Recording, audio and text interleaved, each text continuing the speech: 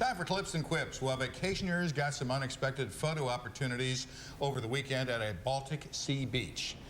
This is what we've seen before. This Russian military ship plowing into a crowded beach, giving beachgoers no advance warning that the ship was approaching.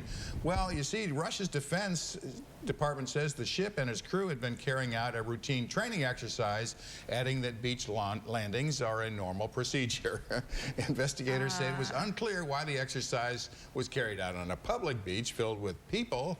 No one was injured during the incident because Putin then jumped out, planted a flag on the beach, hopped back on, and they rode off into the sunset. It may have been Russia, but I think the captain's name was Mikhail. I'm not sure about that. Why wouldn't they have, at least if you're going to do it on that beach, you have no other option, at least notify? It sounds like a good story to me.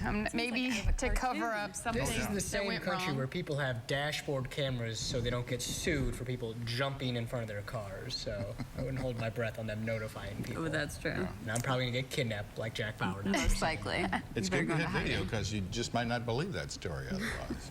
Well, a Michigan sheriff is sending a message to drug dealers in his county. He puts drug dealers on notice with a slogan on the side of confiscated cars. His latest ride is a Lincoln Town car that has the phrase "taken from an armed cocaine dealer" painted on the side of it. The sheriff says the community has a big problem with drugs. It's his way of showing it's not welcome in the community. And it's not the first time the sheriff has used a vehicle obtained in a drug bust with a little advertising on the side. Well, that should be effective. Nice. Yeah, interesting. Except the drug dealers figure that they're not going to catch me, so. That's true. They won't take my car. The sheriff gets to drive a Lincoln, so. Nice. Maybe one day he'll get a Ferrari or something. Maybe so. Deal. All right. Well, another check of the forecast coming up after the break. You're watching KRCG 13 live at Sunrise.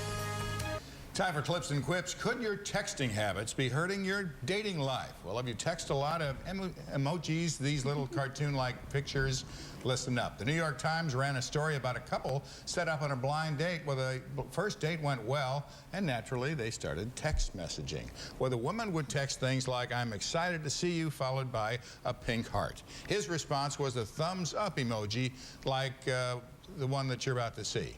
Anyway, after the second date, she told friends that she believed the guy wasn't interested in her and just wanted to be friends because to her, that emoji was him saying, "Hey, dude," or "Sure, bro," and that's not cute. I mean, I get what she's saying.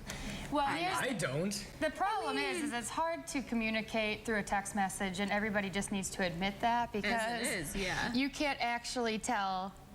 You know what their mood is, the tone or anything like that. But you know that could have scared the guy off. Maybe the heart meant, "Oh man, she's moving too fast. She loves me already." You know, you know, just a thumbs up. Like, I don't care enough to give you a better answer. Yeah. She was looking for a heart, maybe. It's true. See, it's hard to tell. You can't ever read stuff like because those messages. You can make funny sentences out of just using the messages, but yeah, you don't know the emotion behind it. Textings are hard enough as it is. So I agree. Yes, it probably can. Yeah, and he was driving down the highway. That's the only one he could find at the moment. Right. Maybe, Don't do that. Students at Stevens College in Columbia began classes coming up this morning. They probably won't get a welcome speech like the incoming freshman at Georgia Institute of Technology in Atlanta got. Nick Selby pulled out all the stops to tell students why they should be proud at Georgia Tech. It's not hard to see why this video has gone viral. Our tradition of excellence. Our mission as students is not to follow in the footsteps of the astronauts, Nobel Prize laureates, and presidents who graduated before us, but to exceed their footsteps, crush the shoulders of the giants upon whom we stand. We here are all such innovative people, so I am telling you, if you want to change the world, you're at Georgia Tech. You can do that. If you want to build the Iron Man suit, you're at Georgia Tech. You can do that. If you want to play theme music during your convocation speech like a we're at Georgia Tech. We can do that. I am doing that.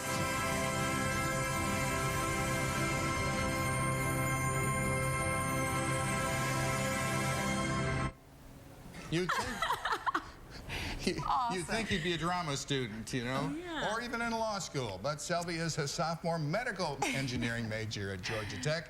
The video of that speech has received more than 34,000 hits since being posted on Monday. You definitely wouldn't forget that. He really likes Georgia Tech. I think so. My first You should see day, him when he gets excited. That was him on a down day. my first day when we came to school, we talked about a book we had to read over the summer. It was much more boring. Like snooze fest We there? had yeah, it was about poverty and Oh.